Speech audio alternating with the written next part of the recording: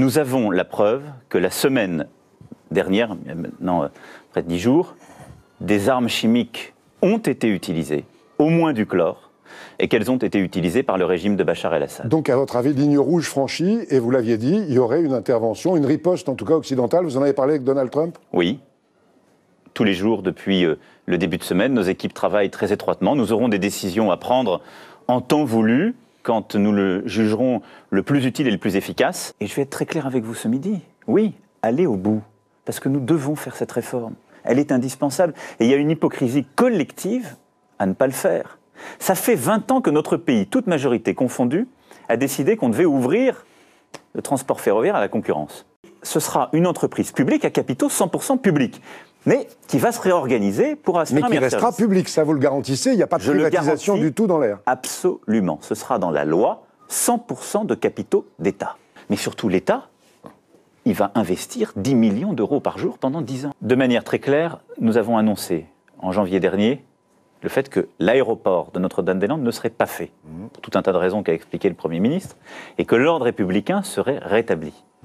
Les gens qui aujourd'hui manifestent sont présents, créent du trouble, ce sont des gens qui occupent illégalement des territoires publics ou privés. Ils n'ont plus aucune raison de le faire, il n'y aura pas d'aéroport. Donc depuis le début de la semaine, nous faisons ce que nos concitoyens attendent de l'État.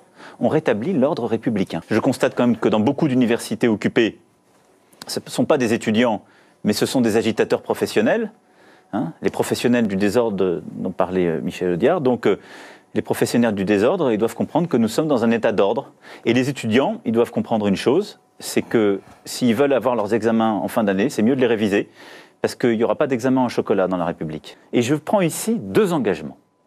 Le premier, durant ces 2 années, l'argent qui sera perçu s'il y a des contraventions qui sont données, parce que j'entends les gens, je reçois des lettres, j'entends les motards en colère ou les automobilistes en colère qui disent « ça c'est pour les caisses de l'État ».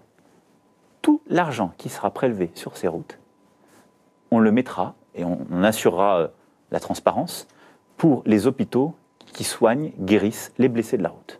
Bon. La deuxième garantie que je veux vous donner, c'est qu'on rendra transparent les résultats. Si ça n'a pas d'efficacité, si ça ne marche pas, ben on ne continuera pas. J'ai demandé à nos anciens un effort. Oui, je l'ai demandé parce que c'est ma responsabilité, je ne les ai pas pris en traite, je leur ai dit. Mais je le dis avec beaucoup de considération, je l'ai dit en les remerciant, et je l'ai dit parce que j'ai besoin, pour que celles et ceux qui payent leur retraite puissent être mieux récompensés de leur travail et qu'on puisse un peu remettre tout le pays au travail par l'ensemble des réformes. Donc je leur dis merci, et je leur dis surtout une chose, j'ai jamais pris un retraité pour un portefeuille. Il ne faut pas raconter non plus des carabistouilles à nos concitoyens, hein.